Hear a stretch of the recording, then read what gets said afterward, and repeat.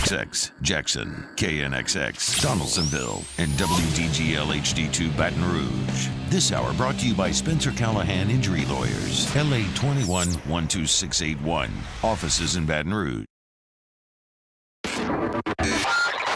Now, Hunt Palmer on 104.5 ESPN Baton Rouge. Holding down the middle of the day. Live from the Mercedes-Benz of Baton Rouge studios. This is Hunt Palmer.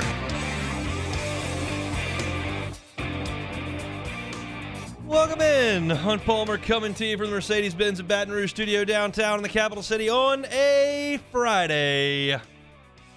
Working towards the weekend here. Working towards vacation for me here, which is a good thing. Got Casey Gaines and Jacob Beck back there on the ones and twos. We're with you for the next 2 hours. JD Pickell, we chat with him every single week during football season. We'll start that up in a couple of weeks, but we'll chat with him today in 15 minutes from right now about the SEC Media Days. He was there, kind of get a feel for what the vibes were, what he was hearing about LSU. We've got a lot of people's takes over the last 4 days from up there in Nashville, but we'll get JD's in 15 minutes.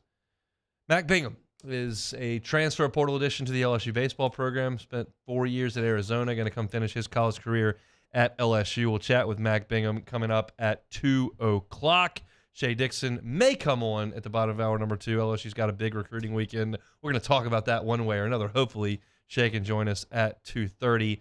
But we are going to start today with the predicted order of finish by the media in Nashville at SEC Media Days. I've been a part of this a few times. I went to Media Days, I think 3 or 4 times when they were in Hoover when I was covering the team day to day. And you understand how little this actually matters. You've got people from all over the region, really all over the country in some cases, voting on a lot of things they have no idea about. I honestly could not sit here right now and name a single offensive lineman who plays for anyone but LSU in the Southeastern Conference. That'll probably change next week when I go to the beach and I'm reading all the magazines and I'm getting really a little bit deeper into it than I did this year. But I mean, look, this is my job to talk about college football in the SEC. And like, I don't know the offensive lineman right now. I can go through the quarterbacks if you need me to. I can talk about the coaches. I know who's got new coordinators. Like, I can do the surface level stuff. But you start talking about outside linebackers and safety play at Kentucky, like, I can't help you much. And that's where most of these people are. There are certainly the Cole Kubelicks, the Jacob Hesters, the guys who dive into this stuff and watch tape, and it's a big part of what they do in their day-to-day jobs. Most of the people credentialed are not like that.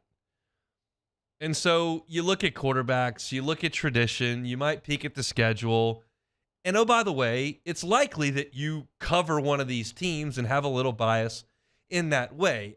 I know that I went to SEC Media Days in Birmingham, and there were far more people there who cover Alabama and Auburn than any other school. It's just a lot easier to get to Birmingham from Montgomery or Tuscaloosa or Auburn than it is from Houston.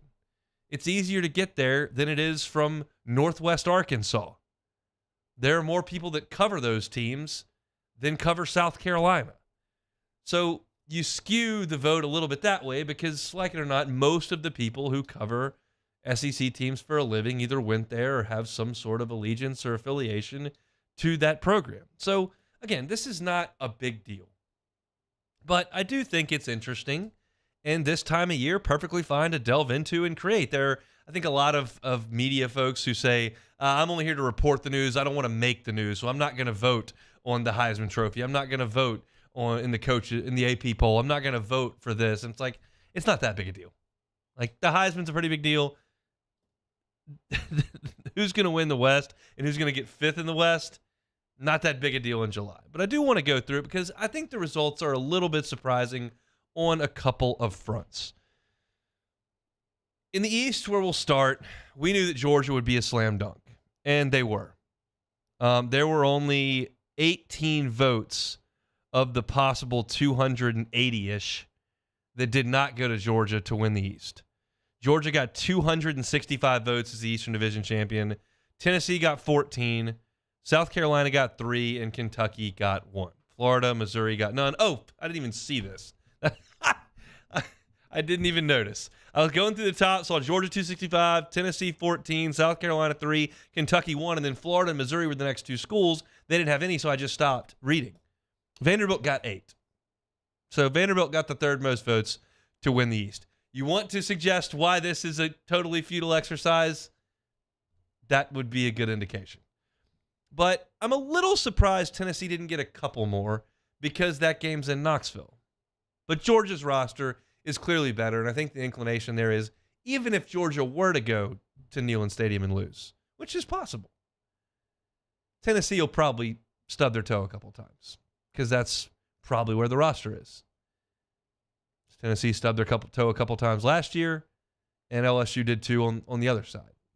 Neither one of those rosters, by their coach's own admission, is where Georgia's is. So I'm not surprised there, and I'm not surprised that Georgia and Tennessee were at the top. My question was going to be, who would take the third spot?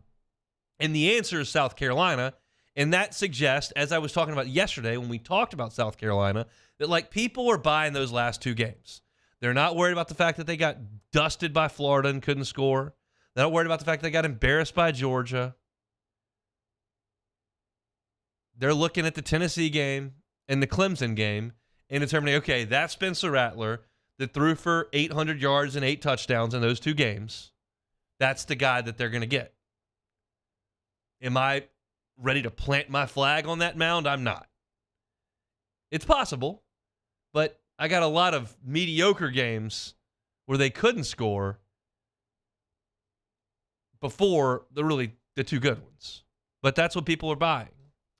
And I think Kentucky being next says less about what the media assembled there thinks about Kentucky and more about what they think of Florida. Because we just don't pick Florida 5th in the East very often. But Dan Mullen did not do a good job of recruiting, and they got hurt by the transfer portal, and their first-round quarterback's gone, and they brought in a guy that not many people were all that high on in Graham Mertz, and they weren't very good last year. Plus, they've got a bumpy start. Now, I realize that the Utah game and the Florida State game at the end aren't counting here, but people just don't think Florida's in very good shape, and I would tend to agree with that. Missouri and Vanderbilt are going to occupy the bottom two spots on this poll, I think, for the foreseeable future. Shout out to Vanderbilt for getting those 8 votes to win the East. They also got 5 votes to win the SEC outright, so kudos to those hilarious writers in Nashville that love the Doors. But nothing too surprising. You'll hear Matt's take on this a little later, but I've given you mine for like 2 months now.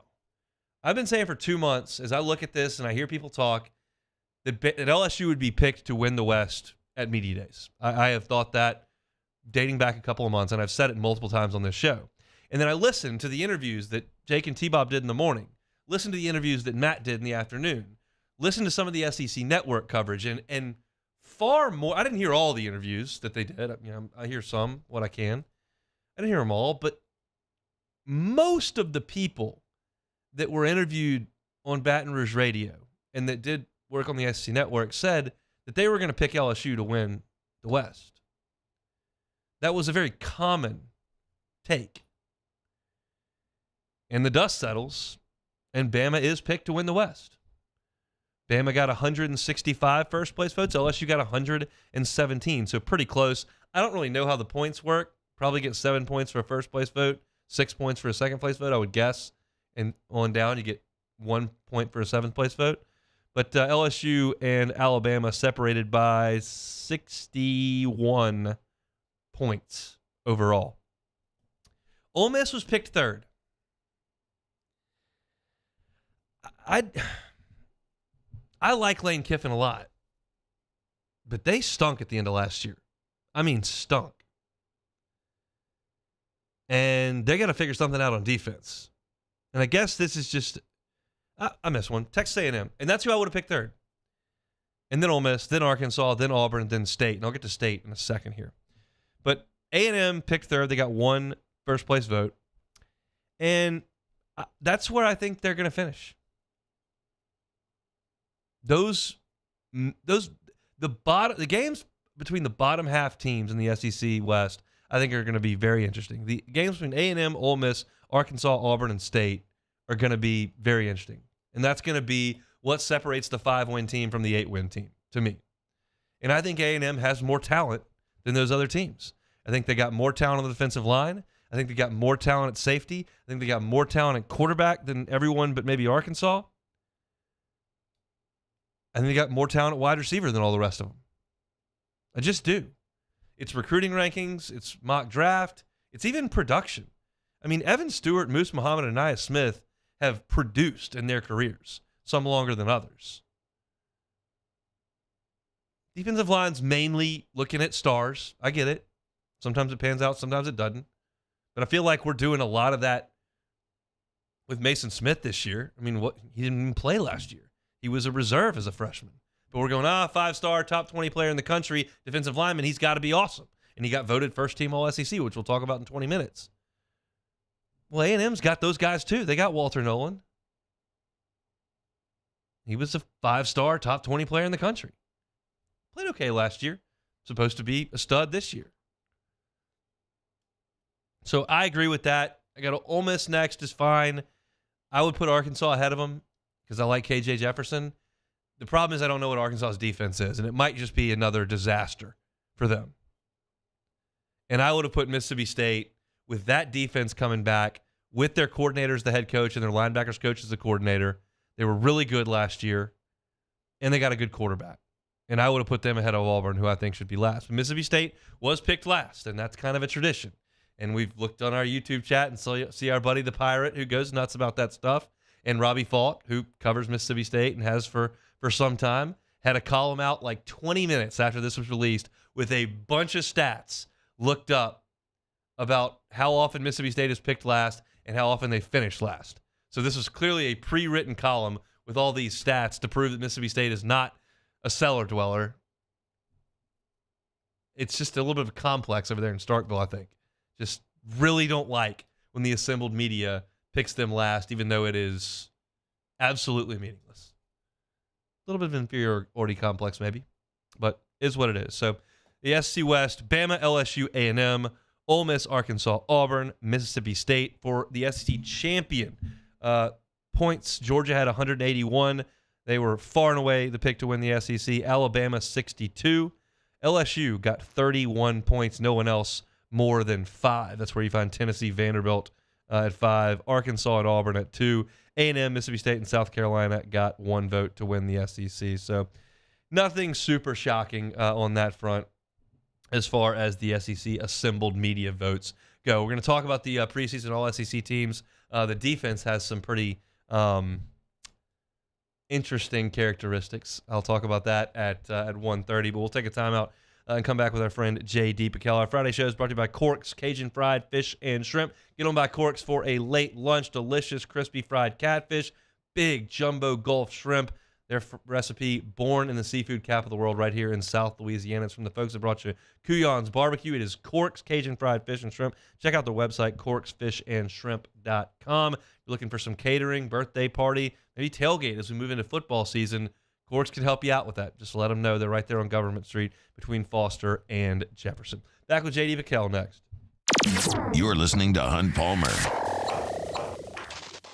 In times of need, get a full list of phone numbers, websites, and other important emergency information on the Demco Stormwatch page at 1045ESPN.com. There it is, the extra mile, on the border of expected and extraordinary, for those willing to go further, like vans customized for work or play, with safety and tech to keep you connected. Supported by a 5-star sales, service, and finance team, and backed by the 1-star you know. So go the extra mile. It's never crowded, because so few have what it takes to go there. Mercedes-Benz Vans.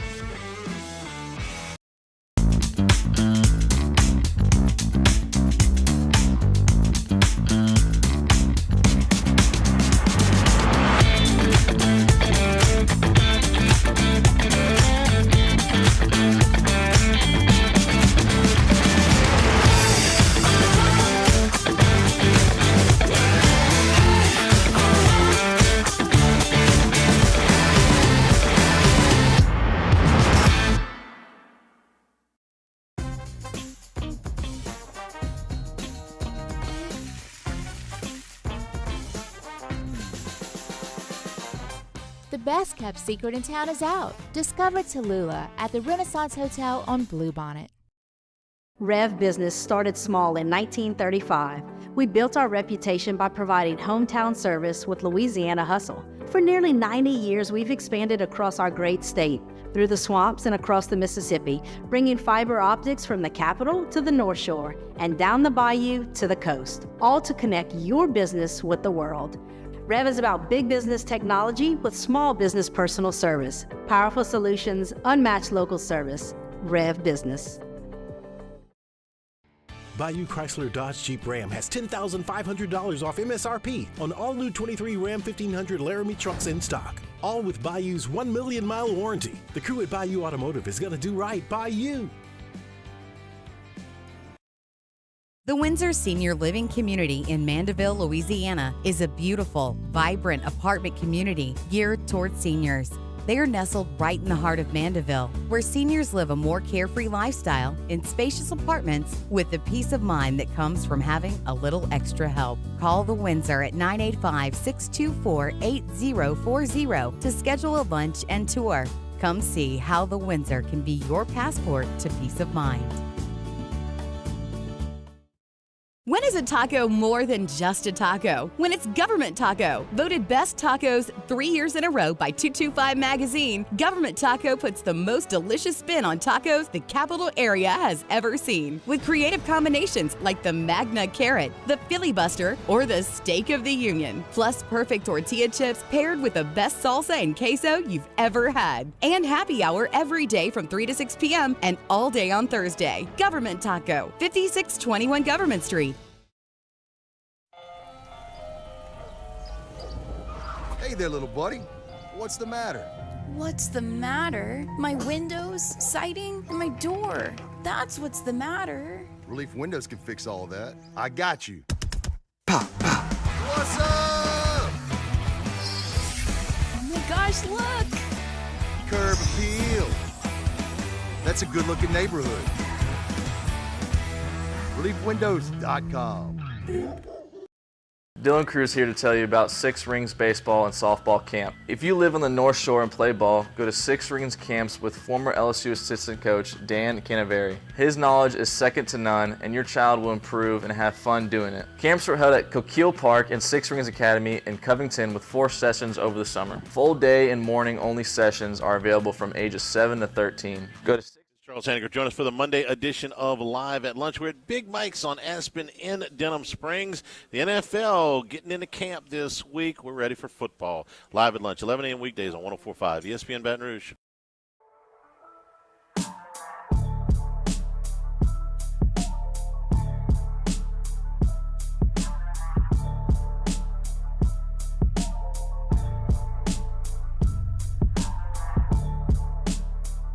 This is Hunt Palmer on 104.5 ESPN Baton Rouge. Friday show is brought to you by Cork's Cajun Fried Fish and Shrimp. We'll head out to the Jim's Firearms Hotline right now. It's where we find our guy JD Pickell of On3 Sports, frequent guest during football season. It's been a minute, JD. How are you?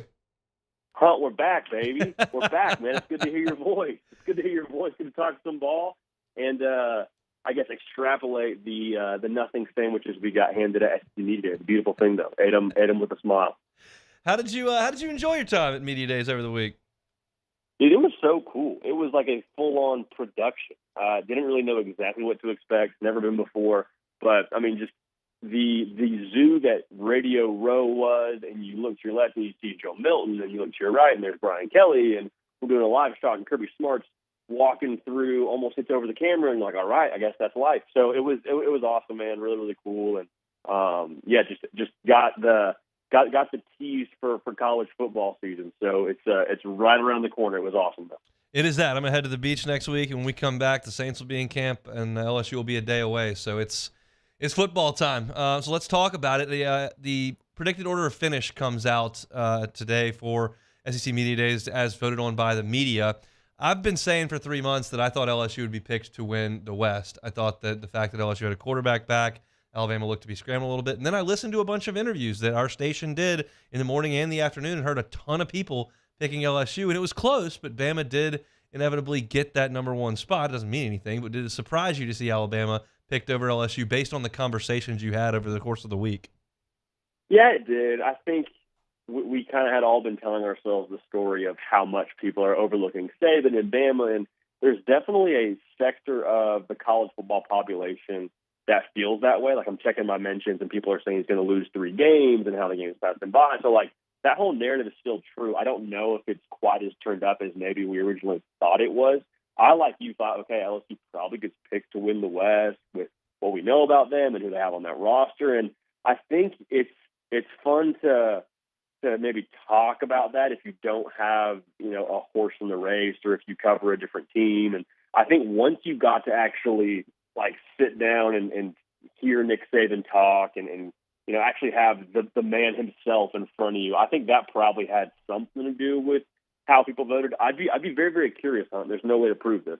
I'd be very, very curious if voting happened before media days, if we get a different result. Because obviously it was narrow. I don't think everybody had their mind made up going into the week. Just something that I'm curious about. I think hearing Nick Saban had a spell of sorts on some people. We always grade Alabama against the Alabama curve, which makes it a really, really tough grade. When you go 11-2 and lose 2 games on the last play of the game, and it's thought of as a failure, that's a pretty high bar. How do you feel big picture about this Alabama team entering 2023? Man, I'm drinking the Kool-Aid. I think I'm buying the dip. And like you said, it's the Bama curve, which in itself is just sort of difficult to sift through. And, okay, what is actually going to be a concern for them and what is just a concern for them versus what they've looked like in the past. And I think the approach that I'm expecting them to take schematically on the offensive side of the ball makes me feel a lot better about the quarterback position, because there's absolutely a question mark. If Tyler Buckner's starting for you, a lot of people are feeling uneasy, and if you have Jalen Milroe or Ty Simpson, you don't feel worlds better. But I think a lot of what they're going to ask of that quarterback is, hey, get us to the right play, and in 3rd and 2, hit the open shot. Like when that safety creeps up because Justice Haynes has had 7 yards of carry and Chase McClellan's ripped off a big gain, and that safety says, okay, I got to help with this run support. Hit the open shot, hit the deep post, be able to make the throws that we need to stay on schedule. But I think it'll be a lot more of game manager kind of responsibilities as opposed to what we saw last year where it was like, hey, set Hutt, Bryce Young, go be special and help us win this game because we don't have a lot of other things, being consistent for us. So I really do like the way that they look, if that is the plan of attack by nature of how they've recruited so well. Basically lived in the top 3 since 2019. The Hard Count with JD Pickell every day on the On 3 YouTube channel. Catch our guy each and every day. Take LSU and Alabama off the table. Who is the most interesting team and storyline in the SEC West? How about Ole Miss? Okay. I think Ole Miss has not gotten talked about nearly enough because we don't know what Jackson Dart's going to be. And when we are talking about Ole Miss, we're talking about Lane Kiffin and him talking about getting to meet somebody's mom. And so that was just like par for the course for Lane Kiffin, and I absolutely loved it. But we look at how they were built a season ago, ran the football really well. I mean, they ran the football a lot. 60% of the time was the clip they were running at. Quinshon Judkins, I mean, we all saw what he did, over 1,500 yards. Like, dude's an absolute freak show as going to be a true sophomore. They're a solution at quarterback away, in my opinion, from being really dangerous in the West. Now, do they end up winning the West, even if they do figure out that quarterback situation? Probably not, but I think they could end up being a spoiler for a team like an LSU or like an Alabama.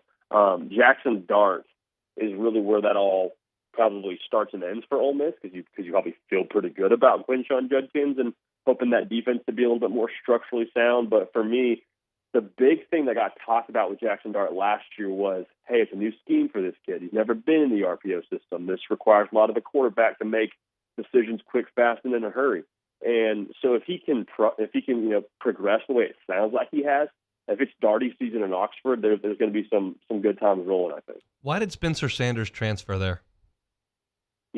Truthfully, that kind of goes hand in hand with it. I think he really thought he was going to start. Like, it sounds like there was some smoke around other schools that were in the mix, but no, I mean, to your point, like, the guy has 1 year to play, probably felt pretty good about his chances to have a shot to start at Ole Miss. And so I think if you're an Ole Miss fan, there's probably 2 ways to look at it right now. There's the glass half-empty approach where it's like, okay, well, we swung and missed on 2 transfer quarterbacks. Neither one was good enough to come in and start, especially Spencer Sanders. And that's the way it feels. That could change, but that's kind of the buzzer on Oxford right now. The glass half full situation you could look at in that quarterback room is, okay, 2 individuals were brought in here to challenge Jackson Dart. Like, to be real, Spencer Sanders was brought in, I believe, to take Jackson Dart's job. And from what happened in spring football, the way it sounds is that Jackson Dart kind of bowed up, flexed up a little bit, and defended his job and has taken his game to a level where at least it sounds like he's the best quarterback in the room. Now, will that hold true throughout the duration of the season? Who the heck knows? But I think for Spencer Sanders was absolutely brought there to start, but Jackson Dart, to his credit, has just said, no, the Kemba Mutombo style, you know? Better chance when Texas A&M rolls into Baton Rouge 2 days after Thanksgiving for the regular season finale that Jimbo Fisher is coaching for his team to make the SC championship game or even a New Year's Six Bowl, or there's a better chance he's coaching for his job? Oh, coaching for his job, I don't know how the numbers work out exactly. $70 million. The buyout for him, I mean, $70 million. I mean, we're talking about Billy Napier being safe, and his buyout's $30 million. Like, I would be wildly surprised if Jimbo Fisher is coaching for his job.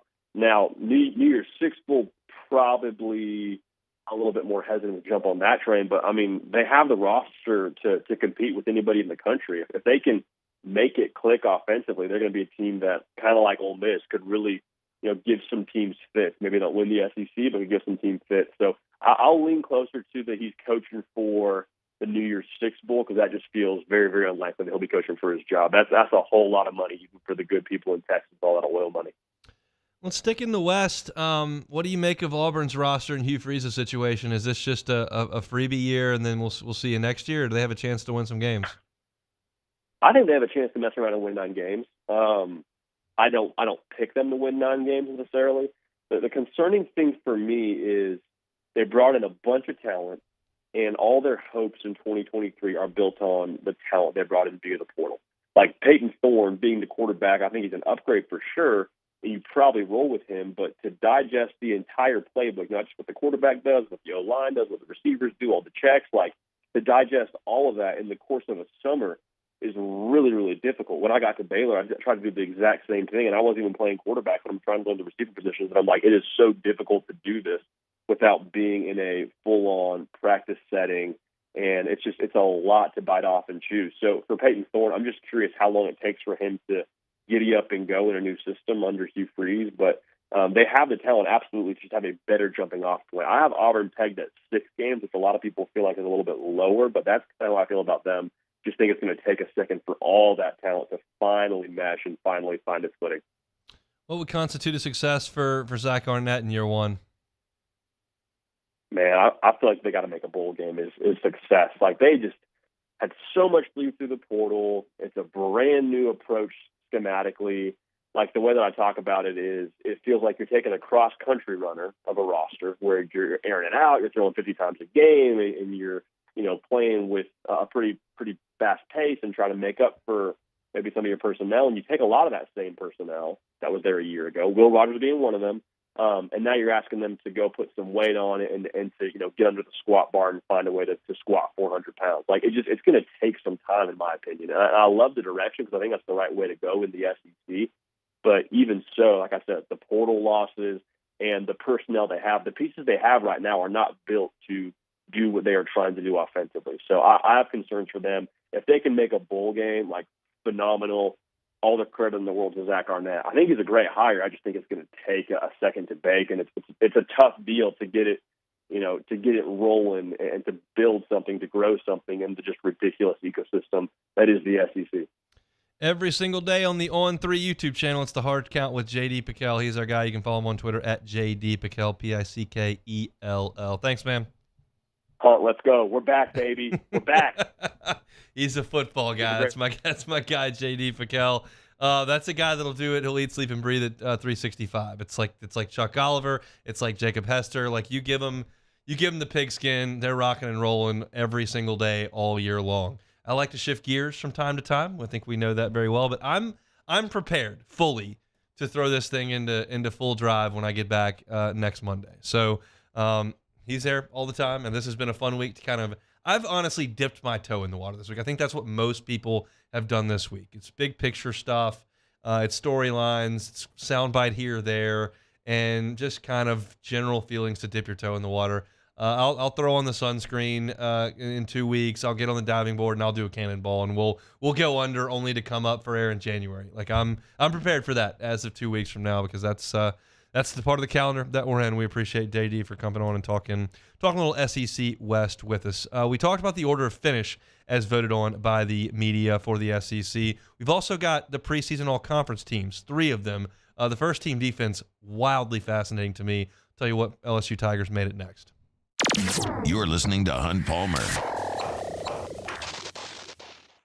Our listeners fire off their opinions on the jimsfirearms.net hotline at 499-1045. Keep listening for your next chance to shoot us your thoughts with the jimsfirearms.net hotline on 1045 ESPN Baton Rouge. Follow us on Twitter at 1045ESPN to cast your vote in the Citizens Bank and Trust Poll of the Day. Vote daily inside Off the Bench, live at lunch, Hunt Palmer. And after further review, Citizens Bank and Trust brings you the Poll of the Day via Twitter at 1045ESPN.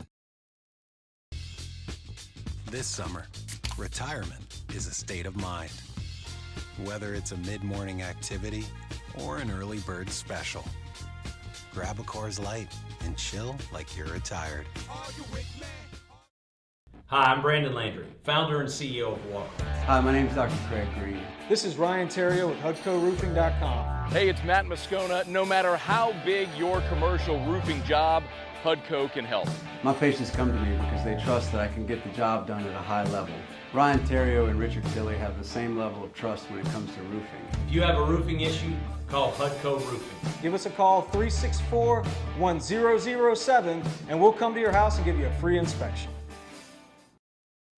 Bayou Chrysler Dodge Jeep Ram has $10,500 off MSRP on all new 23 Ram 1500 Laramie trucks in stock. All with Bayou's 1 million mile warranty. The crew at Bayou Automotive is going to do right by you.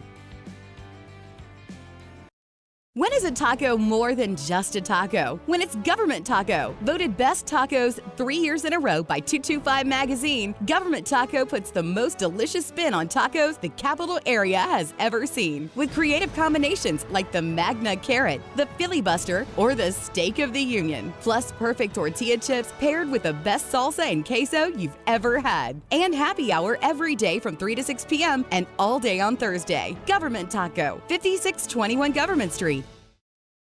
Make this summer your backyard party year with Chris's Specialty Foods. Wings, burgers, brisket, steak, and boudin, plus great Cajun side dishes. We do all the prep, and you enjoy laughing with friends and family.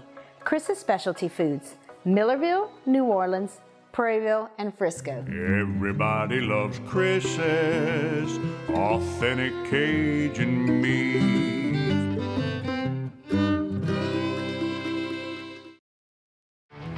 There it is, the extra mile, on the border of expected and extraordinary, for those willing to go further, like vans customized for work or play, with safety and tech to keep you connected, supported by a 5-star sales, service, and finance team, and backed by the 1-star you know. So go the extra mile. It's never crowded, because so few have what it takes to go there. Mercedes-Benz Vans. I've been doing business with Luba for 25 years. They're dependable, trustworthy. It's just the attention to detail with our clients. Our folks have years and years of experience. They're highly trained professionals, but many companies have that asset. What I'd like to think makes Luba a bit different is that we use those talents in a way that truly is dedicated to serving the needs of the folks who depend on us. Gulf Coast Office Products is a nationally recognized Savin office equipment dealer based right here in Louisiana. Over 100 employees strong, Gulf Coast has the boots on the ground to support all vertical markets, from education, engineering, legal, and finance. With the latest in office technology, from desktop to production segment units, Gulf Coast and Savin have the perfect fit for you. Call 225-756-2644. That's 756-2644 for Gulf Coast Office Products. Bayou Ford has $8,000 off MSRP, plus 1.9% financing on new 23 Ford F-150 XLT trucks. Hey, it's Musso. Join us for Friday's AFR presented by Don Juan Cigar Bar. Matt is back from Nashville, putting a button on SEC Media Days. Terrio here as well. It's Friday's AFR 3 to 6, 104.5 ESPN, Baton Rouge.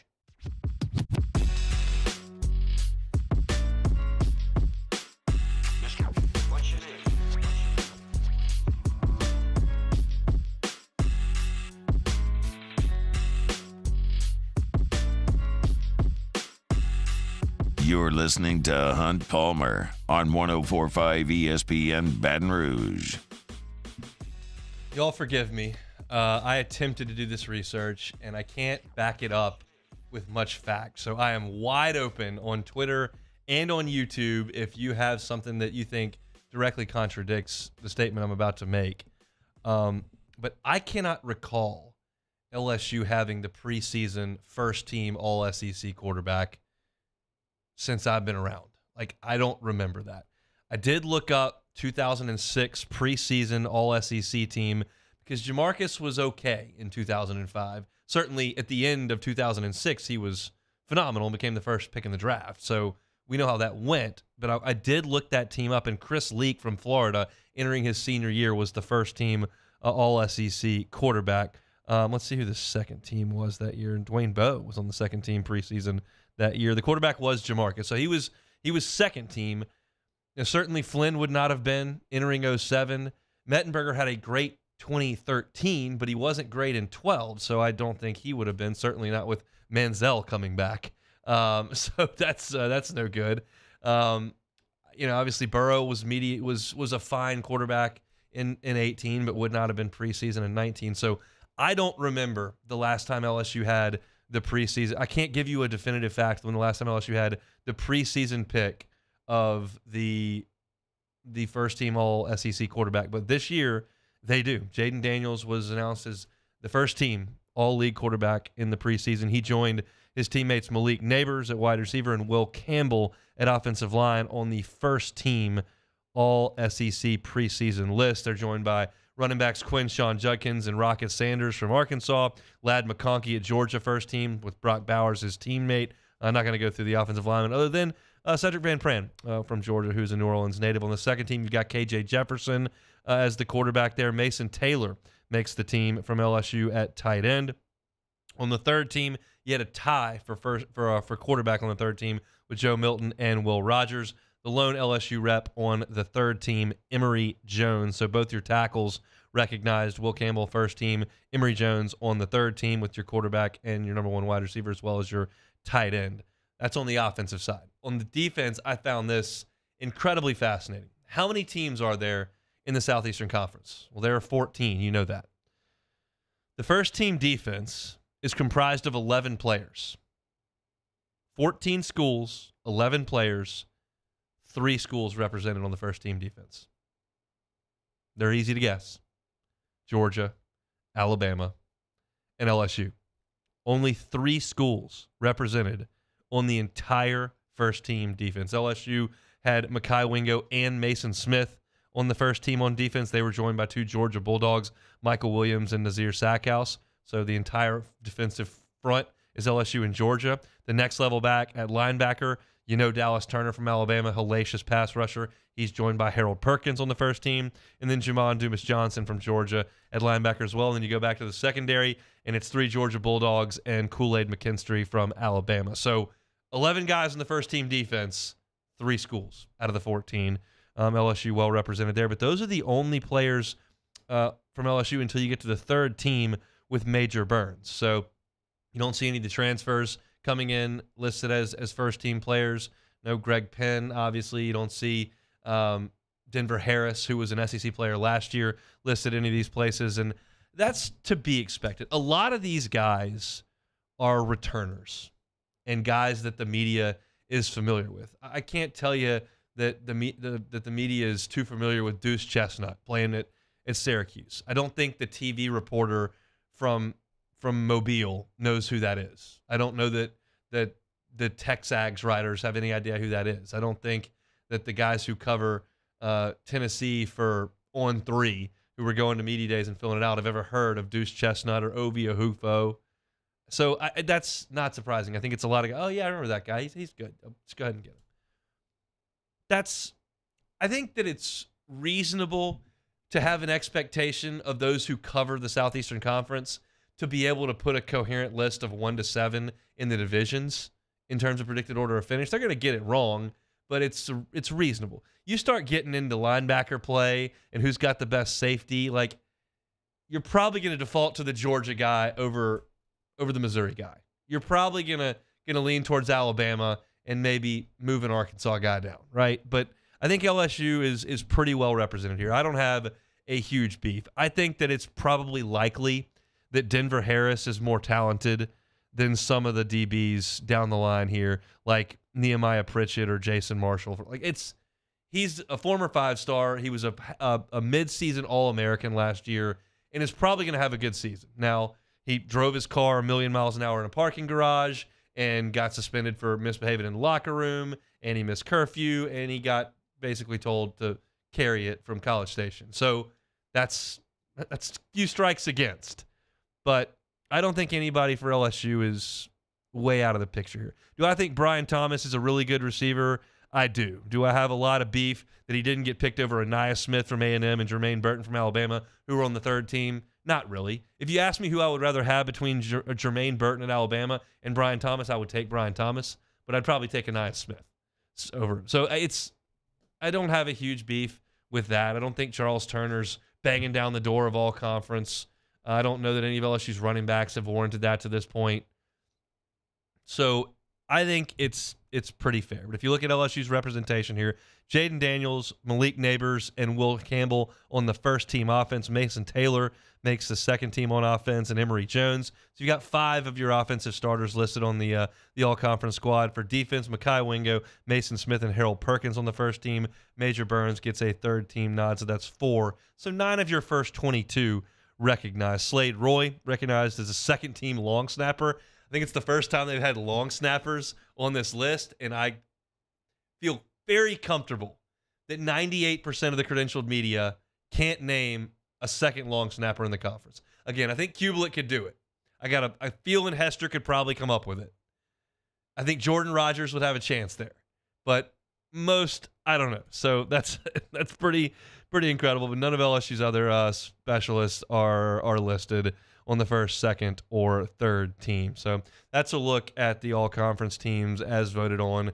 And that kind of puts a button on our SEC Media Days coverage from up in Nashville. One more time, I want to give a big shout-out to the folks at Hudco Roofing. I want to give a big shout-out to the folks at Relief Windows as well as Rev Business for making that possible for our guys to go up there and have a good week of creating content and having some fun in July where we need that kind of stuff. Our Friday shows are brought to you by Cork's Cajun Fried Fish and Shrimp. They have awesome food. I don't know what else to tell you. If you think you're a South Louisiana and you just don't feel like you can go through a drive-thru to eat fried seafood, I would just challenge you to give it a shot one time. If you get on by Cork's, it's on Government between Foster and between Foster and Jefferson. They'll get you in the drive-thru really, really quickly. They've got fantastic fried shrimp and fried fish. Catfish is clean. It's crispy. The fish are big, and they're from the Gulf. And they've also got awesome other items besides the fried seafood. How about their baked potato topped with crawfish etouffee as well as the golden fried shrimp? It's good stuff. Real good stuff. They can sell you in bulk for tailgate parties and parties. And they can just get you right on through for a late lunch tonight or dinner sometime this weekend. Awesome for the kids, awesome for the adults, fantastic food. It's from the folks who brought you Kuyon's Barbecue across the river, which incidentally celebrated 14 years in business this week. Cork's not to 14 years yet. It's just their first year, but things are going awesome, and we appreciate you all for listening to us and for helping them out. Get on by Cork's and tell them the Hunt Palmer Show sent you over there. Really, really appreciate the Medinka brothers for being part of our Friday shows. We've got a lot to get to the rest of the way. Matt Bingham, transfer portal addition to the LSU baseball team from Arizona, going to be an outfielder on this team. We're going to chat with Matt coming up at 2 o'clock about his decision to, 1, play for Jay Johnson at Arizona initially, and 2, why LSU for his final year. We'll talk to Mac at 2 o'clock, and then we'll talk some recruiting at 2:30. Huge weekend for LSU. The Bayou Splash is this weekend, so we're going to be chatting about that 45 minutes from right now. We'll take a timeout, Come back and close out the first hour. It's the Hunt Palmer Show. You're listening to Hunt Palmer. In times of need, get a full list of phone numbers, websites, and other important emergency information on the Demco Stormwatch page at 1045ESPN.com.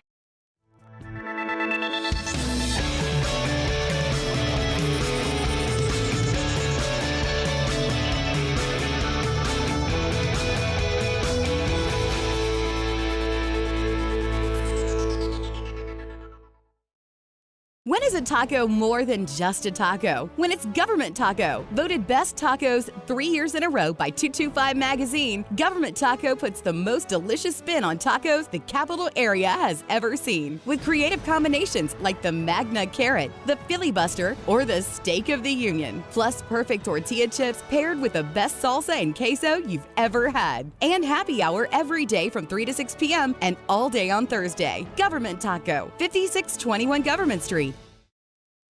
Bayou Ford has $8,000 off MSRP, plus 1.9% financing on new 23 Ford F-150 XLT trucks, along with Bayou Ford's 1 million mile warranty. The crew at Bayou Ford is going to do right by you. Hey, what's up, y'all? It's that time again. It's heating up. Your boat's getting ready to come out and spend all summer on the water. It's time to take your boat to the next level with front-to-back boat service, where if you want an incredible custom speaker install, it's going to blow people away in the water, that's there for you. You want an HD sonar where you can see the fish under the water before you cast, beat all your friends, that's there for you at front-to-back boat service. So don't put it off. We got the parts in right now. Get them now before they go back on back order. Front-to-back boat service.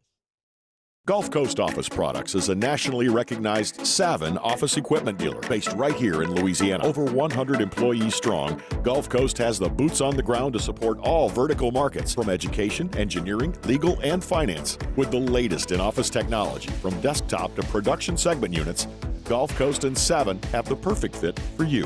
Call 225-756-2644. That's 756-2644 for Gulf Coast Office Products.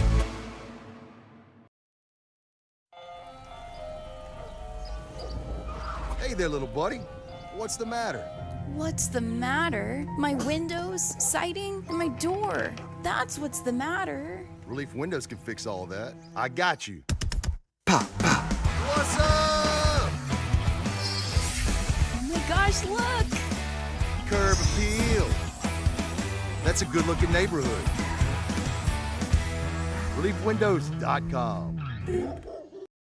Dylan Cruz here to tell you about Six Rings Baseball and Softball Camp. If you live on the North Shore and play ball, go to Six Rings Camps with former LSU assistant coach Dan Canaveri. His knowledge is second to none, and your child will improve and have fun doing it. Camps were held at Coquille Park and Six Rings Academy in Covington with 4 sessions over the summer. Full day and morning only sessions are available from ages 7 to 13. Go to sixringsbaseball.com or call 985-206-9096. Learn the game to love the game.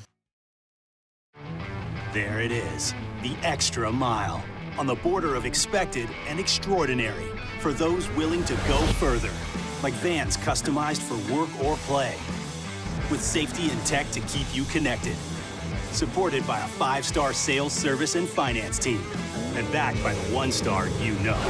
So go the extra mile. It's never crowded, because so few have what it takes to go there. Mercedes-Benz Vans.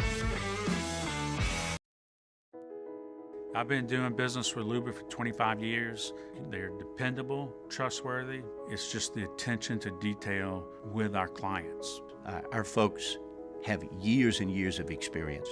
They're highly trained professionals. But many companies have that asset. What I'd like to think makes Luba a bit different is that On Monday's OTB, we're back, and it's time to start to break down the Saints and the Tigers football season right around the corner, y'all. Plus, we'll have a brand new edition of Weekend Winners off the bench, 7 to 10 a.m., 104.5 ESPN.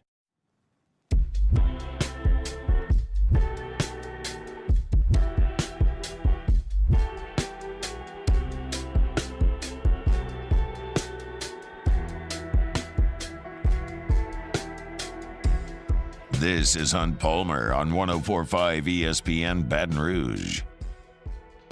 So we're closing up hour 1 here. We're going to talk a lot of sports in the second hour. We got Matt Bingham coming up in 10 minutes. We got recruiting talk. Got some sports to talk about, but I'm not going to talk about sports here. I've got to do some venting. It's just got to happen. There are plenty of things in life that we just don't love doing. You got to take care of it. You got to get it done, but it's just not generally an enjoyable experience.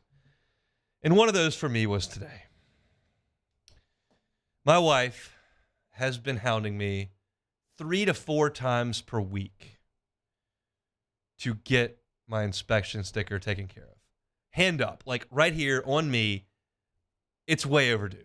Like I'm expired by over a year. It's pathetic. That is my fault. 100%. I should take care of that, and I have it. And it drives her nuts, and she wants me to get it taken care of.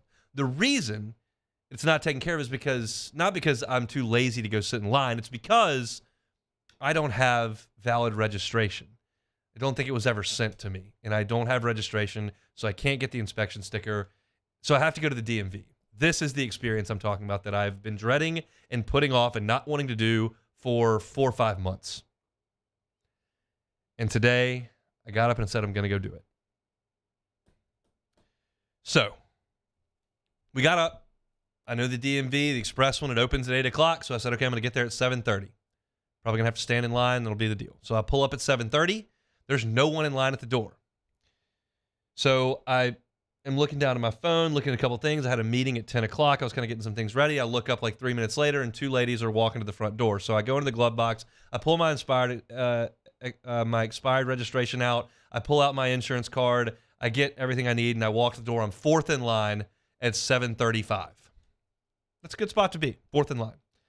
It's still a little humid, a little toasty at 7:35, and I'm in my pants and my work clothes, and I'm sitting there, and I'm okay, but I'm sweating. Like I had to go back to the car. I'm standing outside. I'm drenched in sweat at this point, basically.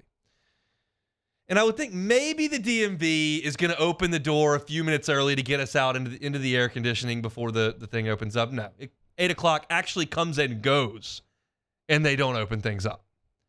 8:03, 8:04, they open things up. I'm literally sweating through the knees of my pants at this point, which is fine. I'd rather do that than the freezing cold. I've said that many times. But then I sit down. This is going to get so much worse, y'all. So I'm 4th in line. There are 4 windows, so I'm immediately called up, which is awesome. So I sit down and I go, okay, I need to get my registration taken care of. It's expired. She goes, okay. She takes the VIN number and everything. She takes my birthday. She's got my social. She's got my driver's license. I'm sitting there. And she goes, you got a flag on your account. So I got a flag on my account. She goes, did you know that? I said, no. She goes, yeah, you didn't have car insurance in 2021, March of 2021. I said, well, I was my own insurance agent at that point, and I certainly did have car insurance in March of 21. I've changed carriers twice since then. Got married. We both got on the same, and then I got canceled by my homeowner's insurance, so I had to switch again. But I've never had a lapse in coverage. She said, okay, well, you have to tell your car insurance carrier, so they tell the state. So the car insurance carrier didn't alert the state that I'd changed car insurance. They just said I'd canceled. So I got a flag on my account. Never mind the fact that I have proof of insurance currently that I showed, like I am insured. So can you just not worry about March of 2021, which was 2.5 years ago? Now we got to worry about that. So I have to go into the parking lot, call my former car insurance carrier, say, hey, I need proof of coverage. They say, okay, we can do that. That call took about 6 minutes. Well, by the time I walk back in the DMV, there's 40 people sitting in chairs, and I'm 40th in line. And oh, by the way, there's a woman standing there screaming at the top of her lungs at the employee at the DMV, saying that the picture on her driver's license is not her. Says, that's not me. I know who I am. That's not me. You don't know me. That's not me. You don't know what I look like. And I'm sitting there going, she doesn't know what you look like. You're standing right in front of her. And this woman has a mask on, which if you want to wear a mask, I'm more power to you. I'm not going to wear one, but if you want to do that. However, it doesn't really help if you're going to put the mask around your chin and scream at everyone in the DMV, which was really pleasant at that time of the morning. That gets taken care of. I have to move my meeting back. I've been there 2.5 hours. Finally, I get called up. I show him the proof of coverage from March of 2021. He goes, okay, that'll be $23 to get the flag moved. $23 because my car insurance carrier did not alert the state that I changed carriers and had car insurance. And I get the new registration, and it's stamped convenience fee. Convenient for me to pay $23 because you didn't alert the state that I had coverage? That's not convenient. And it's $198 to get the registration up to date. So it's about $220 total. But I didn't have cash. It's cash only. That's my fault too. But I go to the ATM. It's $223. Guess what? It's a max of $200 withdrawal with a $4.75 fee. So I get to withdraw 2 times for $4.75. That was convenient too. 3 hours later, and $225 later, one screaming maniac with a may or may not be her on a driver's license picture, sweaty knees. We're registered, baby. Now we got to get over to the inspection station next week and get that taken care of. I dreaded go to the DMV for 4 months. I went today. It was as bad as I thought it would be. It was atrocious. But we got it taken care of. We got hour number 1 taken care of, too. We're going to come back after Sports Center at the top of the hour with LSU outfielder Matt Bingham. He's out in California. We'll chat with him. Coming up next on The Hunt Palmer Show.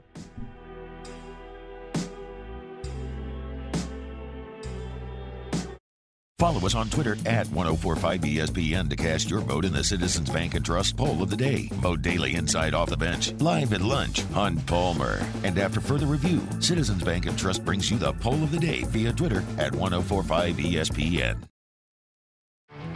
There it is, the extra mile, on the border of expected and extraordinary, for those willing to go further, like vans customized for work or play, with safety and tech to keep you connected, supported by a 5-star sales, service, and finance team, and backed by the 1-star you know. So go the extra mile. It's never crowded, because so few have what it takes to go there. Mercedes-Benz Vans.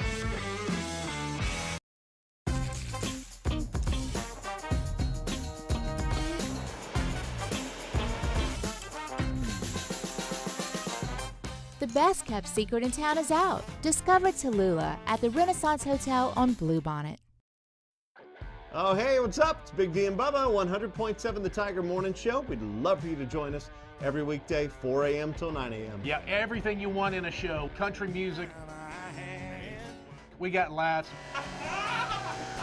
We got celebrity in-studio guests. We just need you. Join us every weekday morning, 4 a.m. to 9 a.m., right where it all started. That's right. Louisiana's country station, 100.7 The Tiger. Gulf Coast Office Products is a nationally recognized Savin office equipment dealer based right here in Louisiana. Over 100 employees strong, Gulf Coast has the boots on the ground to support all vertical markets, from education, engineering, legal, and finance. With the latest in office technology, from desktop to production segment units, Gulf Coast and Savin have the perfect fit for you. Call 225-756-2644. That's 756-2644 for Gulf Coast Office Products. When is a taco more than just a taco? When it's Government Taco. Voted best tacos 3 years in a row by 225 Magazine, Government Taco puts the most delicious spin on tacos the capital area has ever seen. With creative combinations like the Magna Carrot, the Filibuster, or the Steak of the Union. Plus perfect tortilla chips paired with the best salsa and queso you've ever had. And happy hour every day from 3 to 6 p.m. and all day on Thursday. Government Taco, 5621 Government Street.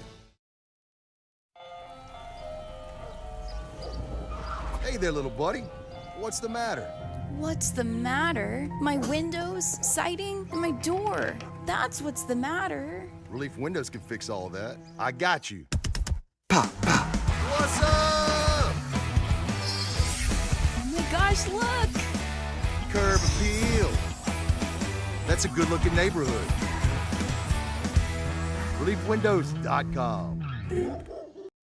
Dylan Cruz here to tell you about Six Rings Baseball and Softball Camp. If you live on the North Shore and play ball, go to Six Rings Camps with former LSU assistant coach Dan Canaveri. His knowledge is second to none, and your child will improve and have fun doing it. Camps were held at Coquille Park and Six Rings Academy in Covington with 4 sessions over the summer. Full day and morning only sessions are available from ages 7 to 13. Go to sixringsbaseball.com or call 985-206-9096.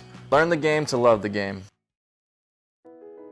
I've been doing business with Luba for 25 years. They're dependable, trustworthy. It's just the attention to detail with our clients. Our folks have years and years of experience. They're highly trained professionals. But many companies have that asset.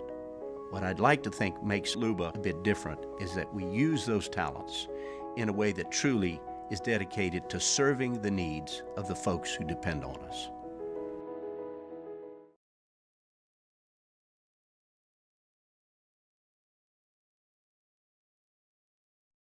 Is SportsCenter. I'm Doug Brown. ESPN's Adam Schefter reports free agent running back Melvin Gordon III will sign a one-year deal with the Ravens worth up to $3.1 million. The veteran Gordon played the last 3 seasons with the Broncos, who cut him last November. Jets quarterback Aaron Rodgers will be 40 years old in December. Is it possible he'll play only 1 season with his new team? You know, the Jets gave up a lot for me. So, to just play 1 year, I think would be a disservice. Now, if that 1 year turns out to be a magical year, who knows? But it's more than that. It's how my body feels. Aaron Rodgers on ESPN New York 98.7 FM. Rodgers says he's made changes during the offseason with his training and diet. American Brian Harmon fires a 65 today at the Open Championship. He holds the second-round lead at 10 under, 5 shots ahead of Tommy Fleetwood, who's on the 18th hole right now. Our Adrian Wojnarowski reports free agent guard Wesley Matthews will sign a 1-year deal with the Hawks. He spent the last 2 seasons with the Milwaukee Bucks. When you're trying to hire, all that searching, screening, and interviewing can become its own job. You need Indeed, the end-to-end hiring solution that makes it easy to attract, interview, and hire quality people. Visit Indeed.com/credit.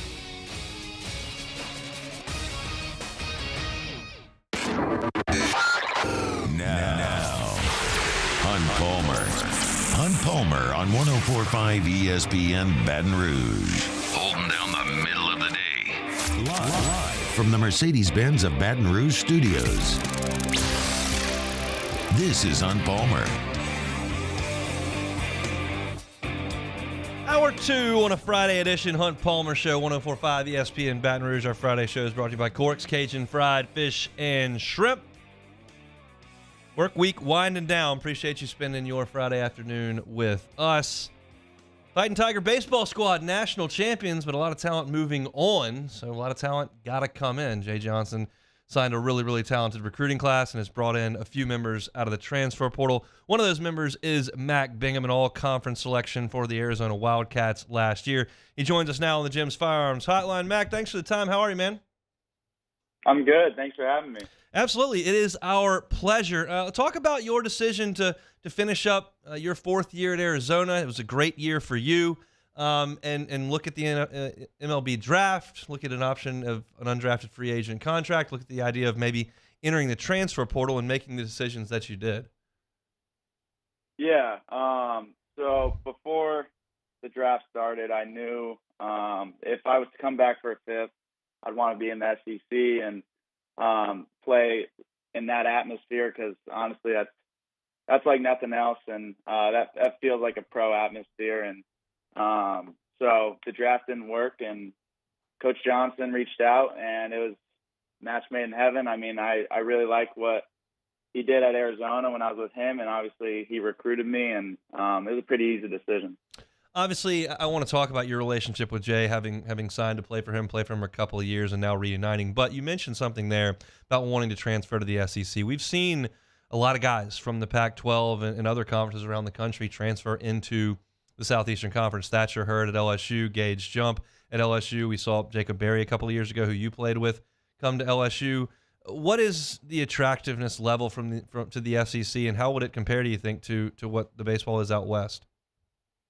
Yeah, I think what you guys have is just bigger atmosphere for sports, and obviously it's big there, and the fans and everything, they cherish that. And not a knock on the Pac-12, we have great fans, but obviously you guys bring in a much larger crowd, and I think LSU does it the best.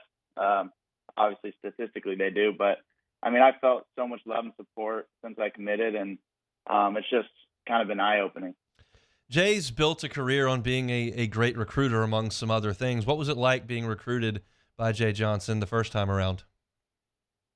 Yeah, I mean, he was just a genuine guy, and I felt genuine want in me, and that was something that I was looking for in high school. And he came to my house and flew there right away once he realized I was available, and it was just, I felt like he really wanted me, and it was a place that I could thrive in at the time at Arizona. And that also was an easy decision. That was maybe a week. Have you talked to guys like Riley Cooper, like Bryce Collins, like Jacob Berry about the decision to come to Baton Rouge from out west? Yeah, I talked to Jacob a little bit before I committed, and he was just telling me how his most favorite time was being at LSU and how much I'd love it. And he knows I'm a football guy, and he said that was the best thing that he ever did was to go to LSU, and he definitely made my decision even more easy. Have you ever been to an SEC football game? I've not. What are your What do you expect from that? I gotta get your thoughts on that. Honestly, I expect it to kind of be like a maybe, but more passionate. I think that it's just the whole town's obviously gonna come in, and I don't know, I'm fired up for it. My parents are, my brother is, and they've been looking at the schedule and possibly gonna go down for the Auburn game to see me. That is, it's quite an experience. I think you'll enjoy your fall here before your last season of college baseball cranks up. Let's talk about your game as an offensive player. I thought the numbers were fantastic this past year. What do you make of your season that you just finished up? Yeah, I was really confident going into that season. I didn't play summer ball that year, and just worked on my new hitting style, and was trying to chase less, and that was my biggest goal going in, because I think that's what got me in trouble. And I got much more comfortable with my new stance, new swing, and I think it just kind of translated on there. And it's about building confidence at the plate. You can have the ugliest swing, but if you're confident, you're going to hit the ball. And I think it was just a mixture of that and everything kind of coming together. I stayed healthy and was able to put a good season together. We're chatting with Matt Bingham, who's going to be the newest addition to the LSU baseball family, transfer in from Arizona after an all Pac-12 season this past spring. I know you hit a little bit of leadoff this year for Arizona. Do you feel like that's a spot that you're comfortable in? Yeah, in high school, all 4 years, I was a leadoff hitter, and it wasn't until Arizona where I kind of mixed in wherever. But yeah, I'm comfortable in any place. It just changes how you're gonna go up to the plate a little bit. Obviously, leadoff, you're gonna want to see more pitches and whatnot. But yeah, I'm comfortable anywhere.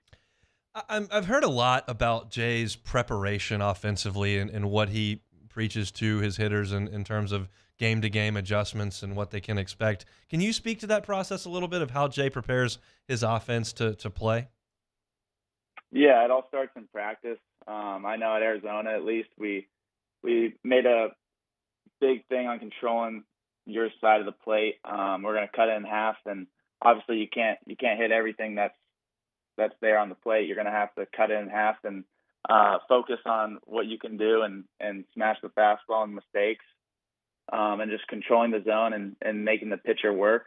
That was what he preached. And I know we did a lot of hard and low and gap to gap, and you didn't want to see the ball go in the air too much in practice. You want to keep that low and just hit the ball hard, and good things will happen. Were you watching your former coach as he makes this run through Omaha to win a national championship? Is that something you were paying attention to? Yeah, I got to watch a few games. I was on vacation, but I definitely tried to pull it up on my phone when they were playing, and I just wanted to see them win, and I'm glad they did. It was quite a ride for this team. Defensively, I know you're an outfielder. Do you have a preference of where you like to play in the outfield?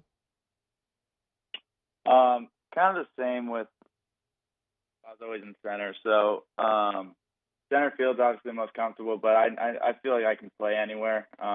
With Coach Johnson, I played left for the first 2 years, so just getting back used to it and being able to play wherever they need. Have you ever been to Baton Rouge? I have not. So when do you plan to come? I'm excited. And Coach Johnson wants me to report. I'm going to head down there, and that was a place I knew I need to visit based off just the college itself and the atmosphere and how much people talk highly about it. I didn't feel like I needed to take a visit. Awesome, Mac. We appreciate some time. Congratulations on your decision. Enjoy the rest of your summer, and maybe we'll catch up in the fall when you all start practicing. Absolutely. Thanks for having me. Absolutely. That is Matt Bingham, outfielder from Arizona, headed to LSU to finish his collegiate career. This is a guy that's going to factor in heavily next year. I can promise you that he is going to find himself a spot in the outfield. Maybe Paxton Kling's out there. Maybe Josh Pearson is out there. We'll see what Ethan Fry's future is. You've got an incredibly talented freshman in Ashton Larson who could vie for some time. There are a lot of guys who could factor into the outfield, but Matt Bingham was brought in to play. And it would surprise me if he was not in the opening day lineup in one of the outfield spots. And I think there's a real chance he could hit leadoff. He's that kind of bat. It was termed to me, my conversation with someone inside the program, that, hey, this is a guy who is kind of like Gavin Dugas offensively. Maybe not the loudest professional skill set, but a great college hitter who will work counts, who will draw walks, who will get on base. He's got a little power. He runs really well, which Dugas doesn't necessarily run great. And he's just a veteran presence in this team that is losing a lot of its older, most veteran leaders. So I was pumped to get Mac on the show, and I think that it says a lot twofold. One, how much he trusts Jay Johnson, having played for him a couple of years at Arizona, 2 years, and then just coming back and coming here without a visit. That, I think, says a lot about the confidence level he has in Jay. And two, you heard him say it right out of the chute. Right out of the chute. I knew if I was going to play college baseball another year, I wanted to go to the SEC. And that's so awesome for LSU, and I love it. And it's a reason why LSU won a national championship last year, because they brought in Thatcher Hurd from UCLA, because they brought in Tommy White from NC State. It's because the SEC has lapped the field, and we know that. And that's great for us, and it's great for the talent level, and it's going to put us in Omaha all the time. And man, does it make those 10 weekends and then a week in Hoover really, really fun because of the level of competition, because of the talent that comes into the conference and the level of baseball that they play. But it's killing the rest of college baseball. When you look at Thatcher Hurd and Gage Jump leaving UCLA, and Jacob Berry and Mac Bingham leaving Arizona, and you look up at Montgomery potentially leaving Stanford and coming to the SEC, that's awesome for us, and I'm all for it, and I think it's fun for us. But, man, would I like to see the West represented in Omaha a little bit more than just Stanford? Would I like to see the ACC flex a little bit more? Would I like to see the big – I mean, there's something about the entire sport being healthy, and the SEC is just straight dominating it. So when we play for the last two national championships we played for, that's Florida on the other side. It's SEC on SEC when you got Vanderbilt playing Arkansas, and you've got Vanderbilt playing Mississippi State. You've got LSU playing Florida. That's just the nature of what the sport has become. So, man, props to Mac Bingham for coming in and playing on the biggest stage and testing himself against the greatest competition. And I'm really fired up to have him because I think he's going to be in the leadoff hole and playing an outfield spot, and LSU's going to be really good next year. But there's just a part of me that's a college baseball fan that looks at that and goes, man, is that the healthiest thing for the entirety of the sport? Healthy for LSU. We'll polish off the rings. We like that. When we come back, Daniel Snyder officially sold the Washington football franchise yesterday. It was one of the most disastrous ownership runs in sports history, but there may be a decision looming for the new ownership group that I didn't see coming. We'll talk about that next. You're listening to Hunt Palmer. Our listeners fire off their opinions on the jimsfirearms.net hotline at 499-1045. Keep listening for your next chance to shoot us your thoughts with the jimsfirearms.net hotline on 1045 ESPN Baton Rouge. This summer, retirement is a state of mind. Whether it's a mid-morning activity or an early bird special.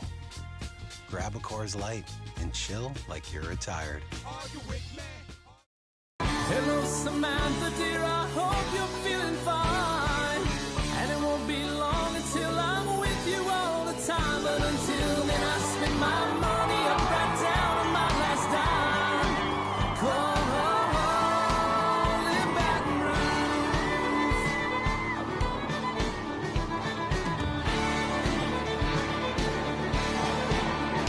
I'm ready, what you put me on through. Gotta send my love down the There it is, the extra mile, on the border of expected and extraordinary for those willing to go further, like vans customized for work or play, with safety and tech to keep you connected, supported by a 5-star sales, service, and finance team, and backed by the 1-star you know. So go the extra mile. It's never crowded, because so few have what it takes to go there. Mercedes-Benz Vans. Gulf Coast Office Products is a nationally recognized Savin office equipment dealer based right here in Louisiana. Over 100 employees strong, Gulf Coast has the boots on the ground to support all vertical markets, from education, engineering, legal, and finance. With the latest in office technology, from desktop to production segment units, Gulf Coast and Savin have the perfect fit for you. Call 225-756-2644. That's 756-2644 for Gulf Coast Office Products. When is a taco more than just a taco? When it's Government Taco. Voted best tacos 3 years in a row by 225 Magazine, Government Taco puts the most delicious spin on tacos the capital area has ever seen. With creative combinations like the Magna Carrot, the Filibuster, or the Steak of the Union. Plus perfect tortilla chips paired with the best salsa and queso you've ever had. And happy hour every day from 3 to 6 p.m. and all day on Thursday. Government Taco, 5621 Government Street. Hey there, little buddy. What's the matter? What's the matter? My windows, siding, and my door. That's what's the matter. Relief Windows can fix all of that. I got you. Pop, pop. What's up? Oh my gosh, look! Curb appeal. That's a good-looking neighborhood. ReliefWindows.com. All right, let's say ah. Where'd my spotlight go? Super weird, but we can take care of it. Get in and get better at Patient Plus.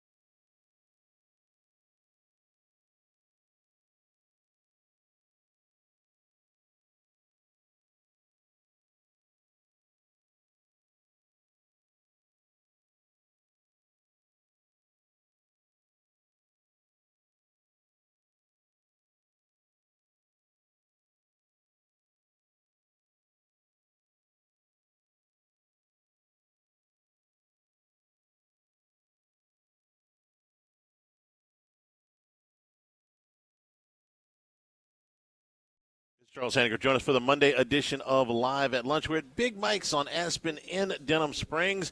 The NFL getting into camp this week. We're ready for football. Live at Lunch, 11 a.m. weekdays on 104.5 ESPN Baton Rouge.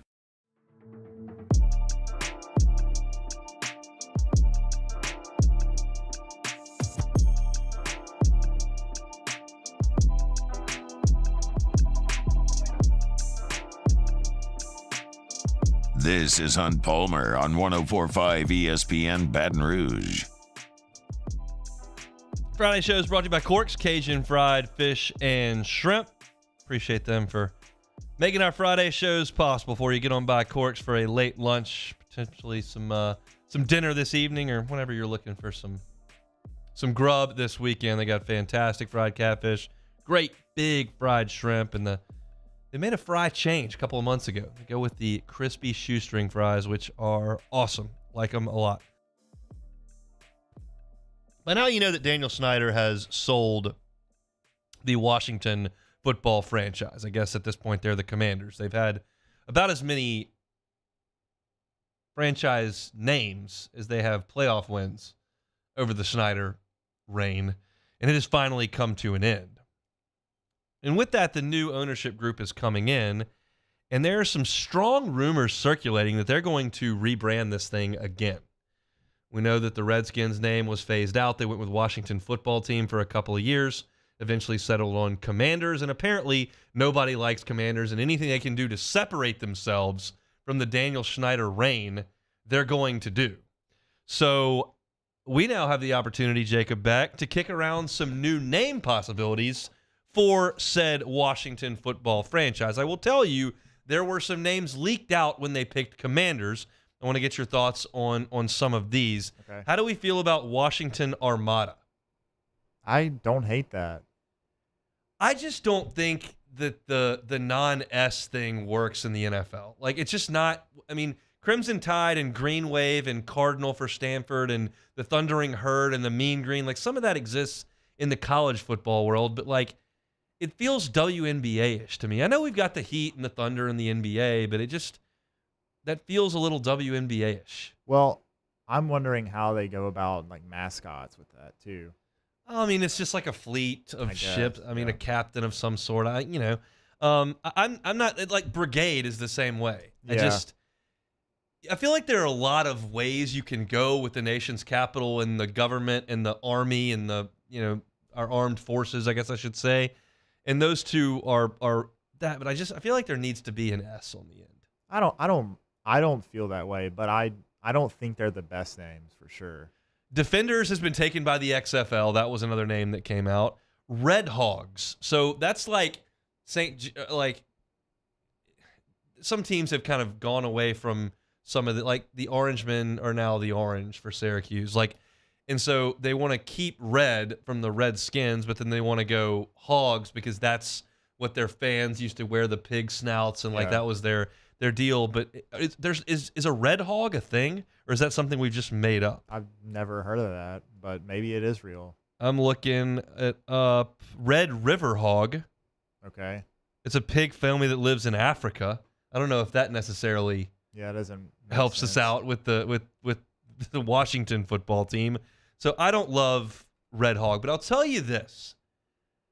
I might have something in that lane that could work. And to hear it kind of given to you in a special way, we're going to call on our friend from the Lion King, Pumbaa, for a suggestion for the new name of the Washington football team. When I was a young warthog. What about warthogs? The Washington Warthogs. You've got alliteration, you've got the hogs, and that's a thing that exists. Yeah, we can tie it all together. Yeah, but they're not found in Washington. But it's cool. I think, first of all, I think calling the Hogs is dumb. It sounds stupid. I think the Hogs, as like the Razorbacks and Hogs, the nickname is cool. I think the Go Hogs chant is good. I would be fine if they went with the Washington Hogs. Yeah. If you're going to go back to the tradition of, I don't even know why they wore the pig snouts in the stands, but if we wanted to go like alliteration and keep the Hogs in there, a warthog is real. The Washington Warthogs. I don't know. Are there a lot of tigers in Baton Rouge? There's one at least. Maybe we used to be one of the truck stop over there, and I know it was a Civil War brigade, and that we understand why that LSU is the Tigers, but are there a lot of tigers in Auburn? Good point. Maybe they should get a warthog. They can get one and have like a habitat for it in Washington. I think Washington Warthogs is just fine. Washington Warriors, our armed forces are warriors, and they are based out of Washington, and that's an alliteration thing too. It's like nothing sounds awesome. Well, it's because it won't. Right, it's got to sink in. You got to have history. Yeah, exactly. And I think there is probably some name, like there is a name that has some history. You want to go with the Senators, the Washington Senators? I don't hate that. Problem is, we elect some people to be senators that I don't think are necessarily great representatives of like intimidation. Yeah. We got some people that are a little old up there. We got the people that are a little crazy on Capitol Hill. Maybe not being affiliated with the Senators would be the best thing, but that was, the baseball team's name, and you could call on something similar there. I mean, what's sounding good to you?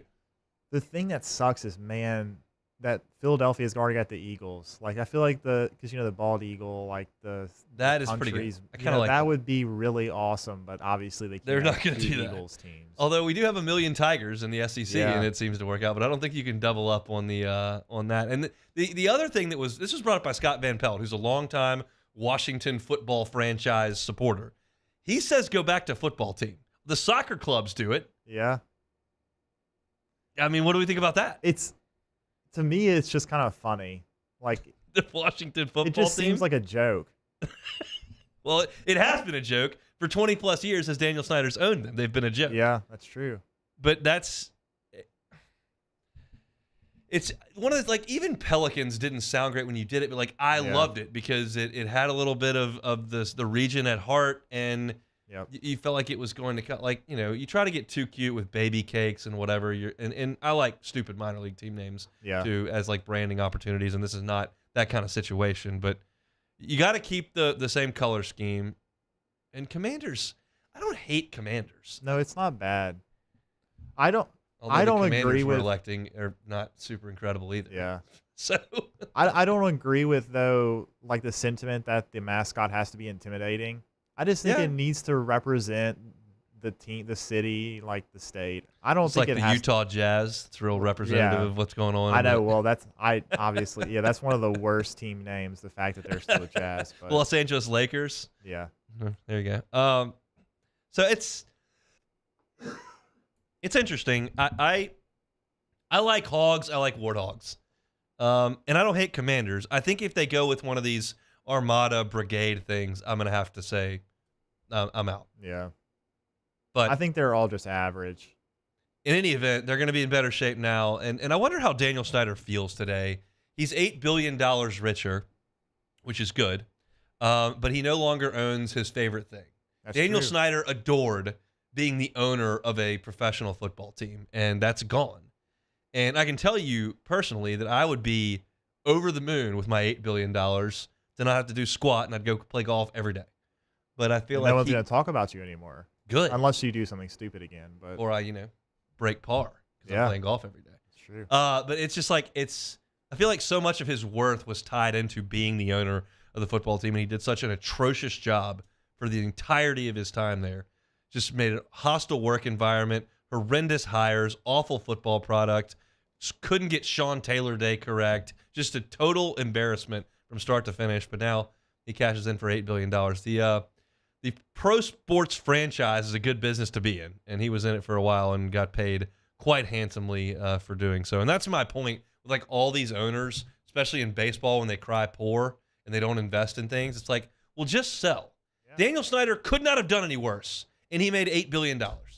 Like, just get rid of it, and then don't tell me about your money issues.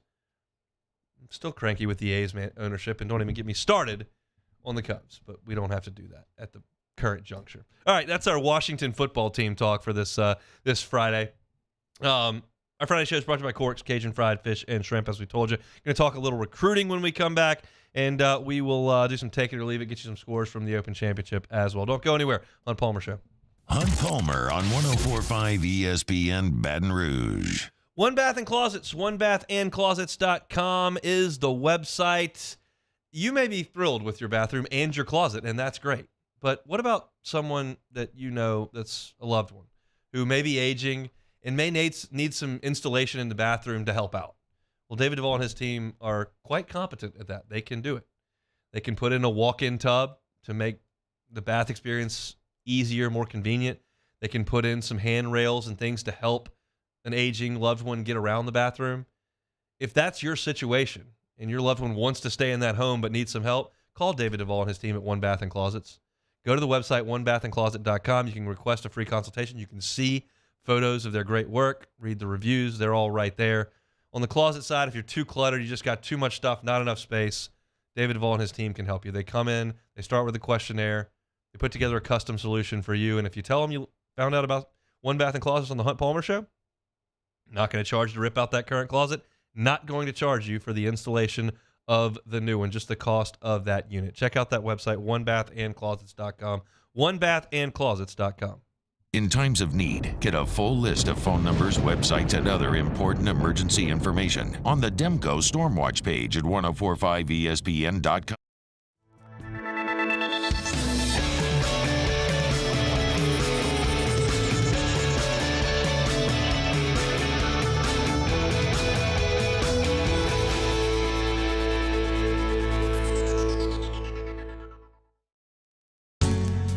It was a humid day, barefoot children play, looking for that summer shade. Time just slips away. Oh, Louisiana, some kind of hold on me. Like cypress stumps, your roots are planted deep inside of me. Dylan Cruz here to tell you about Six Rings Baseball and Softball Camp. If you live on the North Shore and play ball, go to Six Rings Camps with former LSU assistant coach Dan Canaveri. His knowledge is second to none, and your child will improve and have fun doing it. Camps are held at Coquille Park and Six Rings Academy in Covington with 4 sessions over the summer. Full day and morning only sessions are available from ages 7 to 13. Go to sixringsbaseball.com or call 985-206-9096. Learn the game to love the game. I've been doing business with Luba for 25 years. They're dependable, trustworthy. It's just the attention to detail with our clients. Our folks have years and years of experience. They're highly trained professionals. But many companies have that asset. What I'd like to think makes Luba a bit different is that we use those talents in a way that truly is dedicated to serving the needs of the folks who depend on us.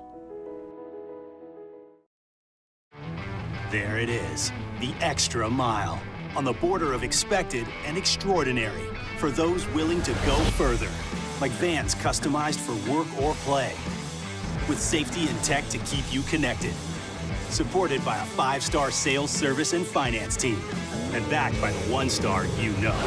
So go the extra mile. It's never crowded, because so few have what it takes to go there. Mercedes-Benz Vans.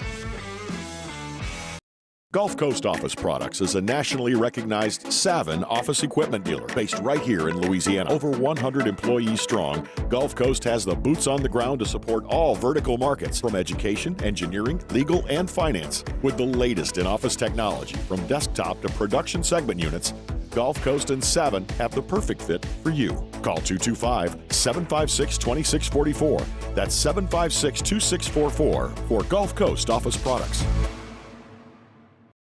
Follow us on Twitter at 1045ESPN to cast your vote in the Citizens Bank and Trust poll of the day. Vote daily inside Off the Bench, live at lunch on Palmer. Hey, it's Musso. Join us for Friday's AFR presented by Don Juan Cigar Bar. Matt is back from Nashville, putting a button on SEC Media Days. Terrio here as well. It's Friday's AFR 3 to 6, 1045 ESPN, Baton Rouge.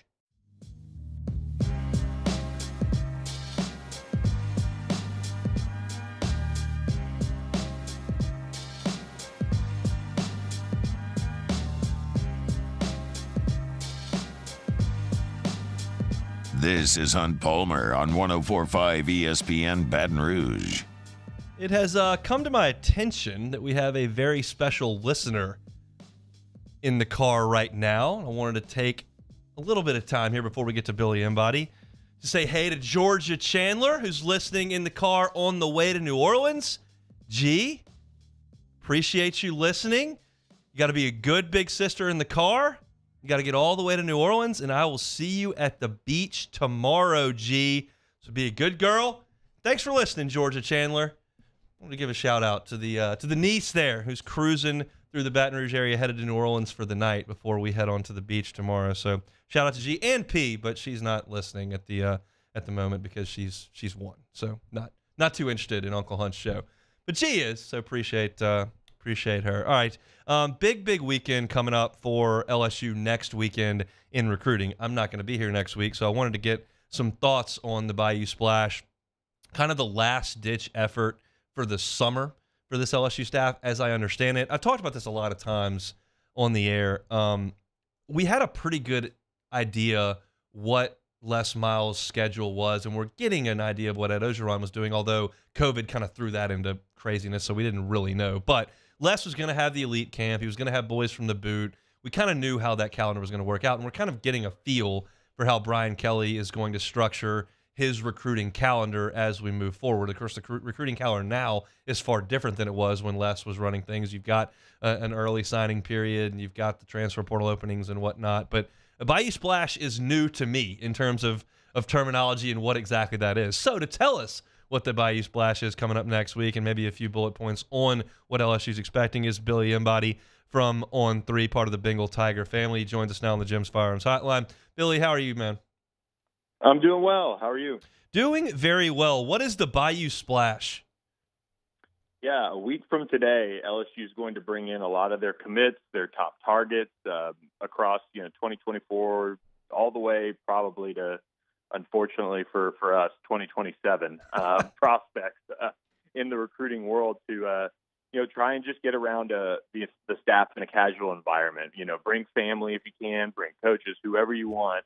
Just come over to Baton Rouge and spend the afternoon and into the evening at Brian Kelly's house, just honestly just having a pool party. So that's kind of the name of the game when it comes to Bayou Splash, and having everybody, who is a top target or a commitment, just if they're free, swing through in a really casual environment to, have that extra time with the staff. It's the only kind of window next week for the coaches around the country to have prospects on campus. It runs, I think, from about Tuesday to Sunday. It's the only open period of recruiting in July, and then it goes dead until September, basically. So I was just talking about before we got you on about the recruiting calendar that we all kind of got comfortable with under Les Miles in the previous rule, where we knew they were going to have the elite camp. We knew they were going to have boys from the boot. We knew kind of how things were going to be structured. And I could tell you from the elite camp, there were going to be some workouts. There were going to be some offers extended, usually in-state guys. And you could probably count on that week getting 2 or 3 commitments. This Bayou Splash doesn't necessarily sound like something where they're pressing for commitments that day, more of a relationship-building thing for not only the seniors to be, but younger players as well. Yeah, I think the thing for this one, and who knows, there could be a commitment or two that come out of it. I think Tyree Adams, if I remember last year, he committed basically on the way over the day before the Bayou Splash. So, I mean, they kind of got that commitment out of that one. And, but Ricky Collins, flipped pretty quickly after the Bayou Splash. And they were on the verge of kind of going on that run last year with Shelton Sampson and Kylan Jackson and guys like that. And the thing with this one this year is the staff is much more settled in. Last year it was, the first year that they did it under Brian Kelly, and it was kind of a work in progress, getting prospects there in a way. A lot of it was a Louisiana focus, but this year it seems like there's more of an out-of-state focus in the sense that LSU has a lot of their top Louisiana targets committed already. They're hoping to get Dominic McKinley, Wardell Mack, Tylen Singleton on campus. Those are the top 3 uncommitted prospects in Louisiana. But they're also going to host guys like, 5-star edge rusher Colin Simmons, 4-star running back Caden Durham.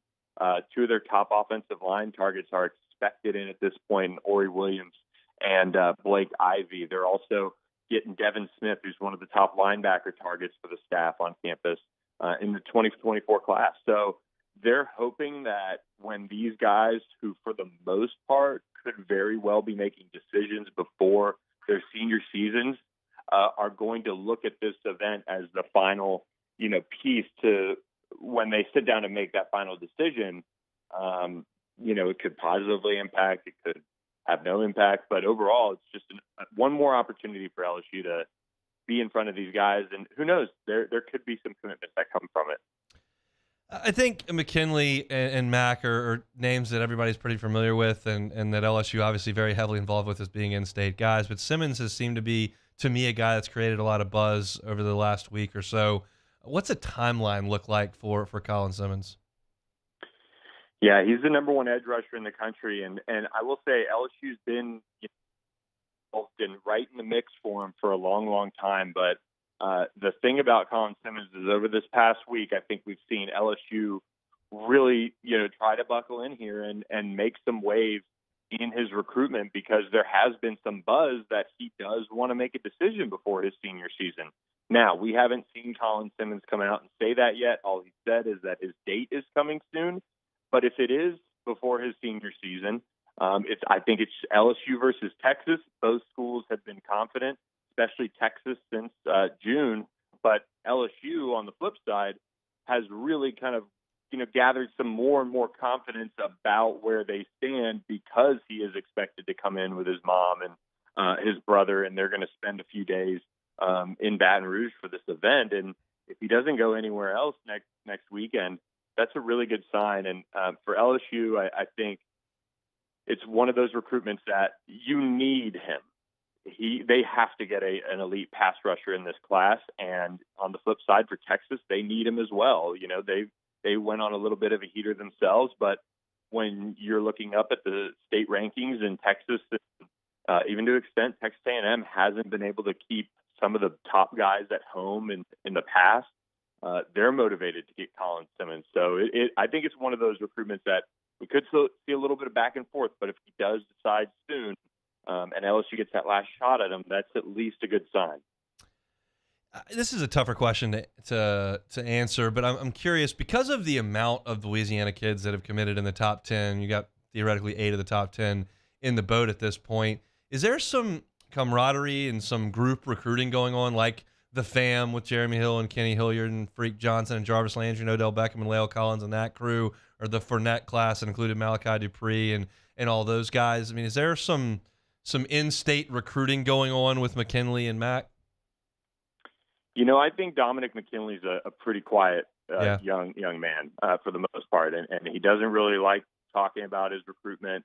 He and his younger brother pretty much go everywhere on these visits together. His brother's a 2026 prospect who's certainly on the radar in a big way already. But I think he's one that I don't get the sense as much that there's some recruiting going on. But I could be wrong. Teams with some of these guys, but for a guy like Wardell Mack, for a guy like, to an extent too, those guys are getting heavily recruited. Wardell Mack is somebody that's teammates with Kyrie Lee, who's going to be on campus with him next week for the Bayou Splash and LSU commitment. So, Jawan Johnson, Kalijah Cobbins, guys like that are all kind of working a lot behind the scenes, and Wallace Foster too, to give that family vibe. And I will say, I think that's something this staff and this group has done really well, is they've really bought in, and I think that was why we saw a lot of the guys. Some of these other, Deshaun McBride, who may have, in the past gone on official visits and really taken it all the way until, around this time or maybe August, but they chose to jump on board sooner rather than later than wait around. And so I think that says a lot about some of the guys in Louisiana too. Billy, remarkably late notice here. We really appreciate you jumping on and giving some context for us. Anytime, guys. Thanks for having me. He's Billy Embody, part of the On3 family over there at the Bengal Tiger. I could have done this segment, and I told you a little bit about the Bayou Splash and some of the players that they're expecting. Billy does it a lot better. That's why we wanted to get Billy on board. And I will tell you this, even though Billy gave us some great information right there, he and Shay have put together some extensive notes on attendees and what they're expecting over at the Bayou Splash next week, and it's all there on the Bengal Tigers message board, which is called the Ponderosa. I'd check in there from time to time and throw some baseball at them, but it is a recruiting overdrive over there at this point, and there's a ton of information on McKinley, on Mac, on Colin Simmons, on Tylen Singleton from Manny. All that is right there on On3. So if you're looking for some recruiting information, no better spot to be than the Bengal Tiger over there at On3. So let's take a time out. Our Friday show is brought to you by Cork's Cajun Fried Fish and Shrimp. We'll come back. I'll get you caught up on the scores from the Open Championship. We'll play some Take It or Leave It, and I will punch on out of here. It's the Hunt Palmer Show. Hunt Palmer on 104.5 ESPN Baton Rouge. LWCC is Louisiana Loyal, elevating and celebrating champions of Louisiana. Love telling you about LWCC. Love telling you about champions of Louisiana like Corey Barr. Corey is a chef. Seen him on the Food Network. Chopped, Food Network star, beat Bobby Flay. Some national notoriety that comes with that. Corey, while he appreciates that, heads right on back to Monroe. That's where he's from. That's where his 3 businesses are owned and operated. It's important to him to plant his roots in Louisiana and help this state grow and do great things. It makes him a champion of Louisiana. Surely you know somebody that's doing something awesome in our great state.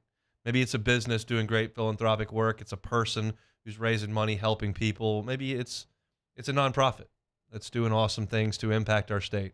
We want to know about it. LWCC impacts 20,000 businesses in our state, and they want to highlight the great things in our state. They give us that platform. Go to lwcc.com/champions and nominate a champion of Louisiana. We'll tell you their story right here on the Hunt Palmer Show. Corey Barr is a champion of Louisiana. LWCC is Louisiana loyal. Our listeners fire off their opinions on the jimsfirearms.net hotline at 499-1045. Keep listening for your next chance to shoot us your thoughts with the jimsfirearms.net hotline on 1045 ESPN Baton Rouge. Gulf Coast Bank and Trust is giving our customers the power to bank anywhere, anytime during this challenging event. And we're right there with you. Our mobile banking app is a smart way to manage your money and time. Gulf Coast Bank and Trust, the bank that cares about you.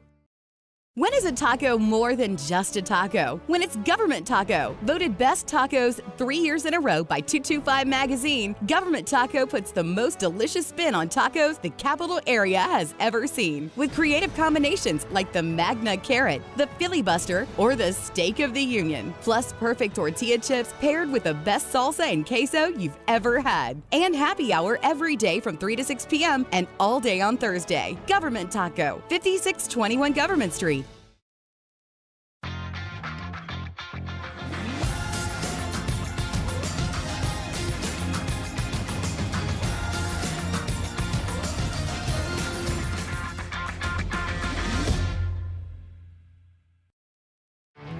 There it is, the extra mile, on the border of expected and extraordinary, for those willing to go further, like vans customized for work or play, with safety and tech to keep you connected, supported by a 5-star sales, service, and finance team, and backed by the 1-star you know.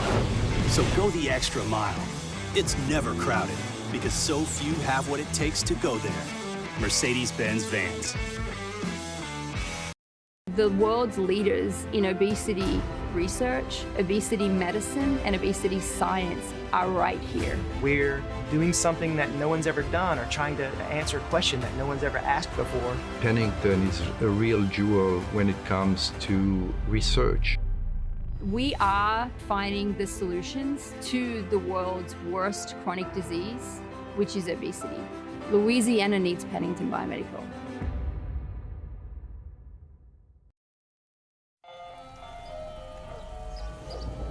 Hey there, little buddy. What's the matter? What's the matter? My windows, siding, and my door. That's what's the matter. Relief Windows can fix all that. I got you. Pop, pop. What's up? Oh my gosh, look! Curb appeal. That's a good-looking neighborhood. ReliefWindows.com. Dylan Cruz here to tell you about Six Rings Baseball and Softball Camp. If you live on the North Shore and play ball, go to Six Rings Camps with former LSU assistant coach Dan Canaveri. His knowledge is second to none, and your child will improve and have fun doing it. Camps were held at Coquille Park and Six Rings Academy in Covington with 4 sessions over the summer. Full day and morning only sessions are available from ages 7 to 13. Go to sixringsbaseball.com. On Monday's OTB, we're back, and it's time to start to break down the Saints of the Tigers football season right around the corner, y'all. Plus, we'll have a brand new edition of Weekend Winners off the bench, 7 to 10 a.m., 104.5 ESPN.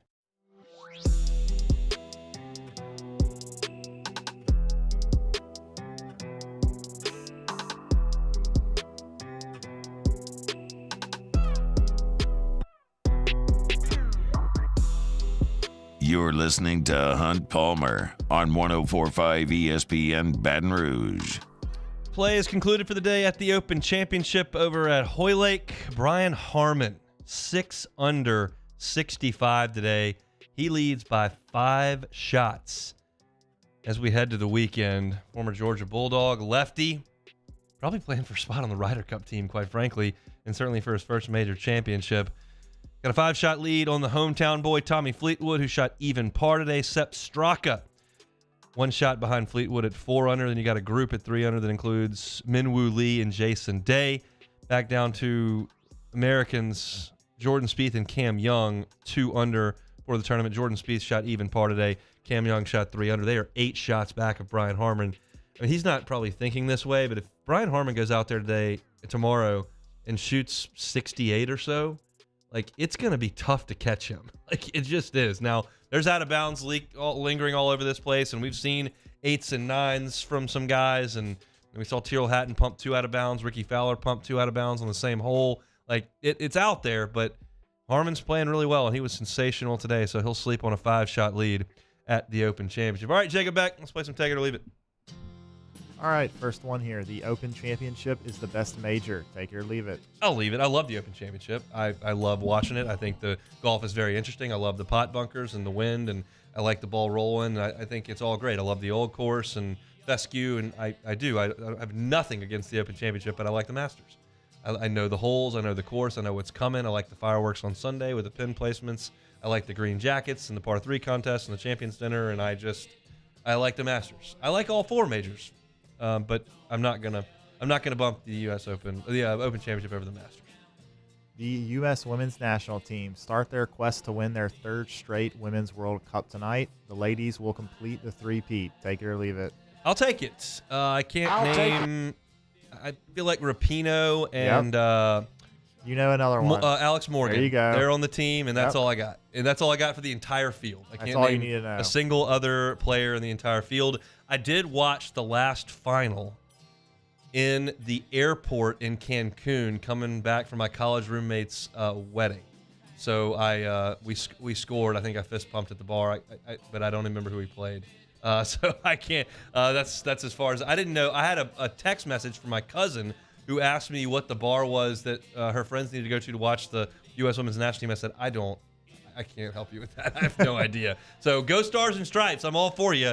I can't promise I'm going to be locked in. Beach days. Take it or leave it. I'm taking it. I know that people don't like sand. I know that people don't like lugging everything out there, whether it's the ice chest, the chairs, the umbrella. Got to get the cornhole set out there. Some people don't like the algae. I like beach days. I'm perfectly fine laying there. It gets a little hot. You get in the ocean. You grab a cold drink.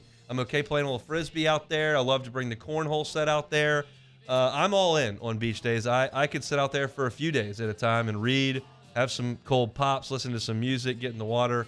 I'm all in. Most of my friends are like, no, I'd rather go to the lake or definitely the mountains. The beach is right there. I'm all for it. I got to make some effort to get to a mountain. Beach days with 3 kids under 5. Take it or leave it. That's to be determined, and that's what the Palmer family is up against this week. Now, we've got 3 families. We've got me and my wife. We've got my sister and her husband. We've got my mom and dad. So we have 6 adults against 3 kids. We can play 2-on-1 across the board if we need to. But there are naps involved. There are snacks involved. We got a 1-year-old. We got a 1.5-year-old. We got a 4-year-old. Like, we got a lot going on from that perspective. So I'm not certain we're going to make it out to the beach every day next week. There might be some pool days. They got this house we have has a little communal area that's got like splash pads and stuff that may be a little easier for us to get into. So I can't give you a definitive answer on that because I've never done it before. My gut tells me it's going to be quite a wake-up call from me sitting out there drinking too many beers and stumbling up through the beach. That's probably not what we're going to be doing this time around, but to be determined when I get back. All right, last one here. Buc-ee's on the road. Take it or leave it.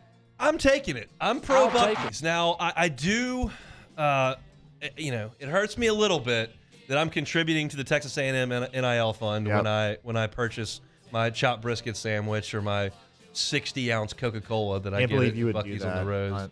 It hurts, but, they got a lot of drink options. They got real, ready-made burritos and tacos and sandwiches. It's better than the normal gas station. Now, it can get a little crowded. The one that we're going to be going through towards Alabama, right to the Gulf Shores exit, it can get backed up. I'm well aware of that, but I enjoy the burritos and tacos. I like the fact that I don't have to, I have options with my soft drinks. They usually get you in and out there pretty quick in terms of a checkout perspective. I find it to be a better option on the road for a car full of people. So I swallow my pride and understand that I'm only donating $8 to the A&M NIL fund, and hopefully that doesn't come back to bite me. I do it once a year. If I'm going to Houston, I'll stop at the one coming out of Houston. If I'm going beach word, I'll do that. It's not something that I'm going to spend 6, 7, 8, 10, 12 stops a year on to significantly contribute. But I enjoy Buc-ee's, so I'll probably make a stop in that direction. Maybe both directions. You never know, but we shall see. That's going to do it for our Friday edition here of the Hunt Palmer Show. It's brought to you by Cork's Cajun Fried Fish and Shrimp. Just great food over there. Government between Foster and Jefferson.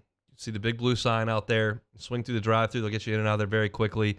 Their seafood recipe is born right here in the seafood capital of the world, South Louisiana. It is delicious, big jumbo Gulf shrimp.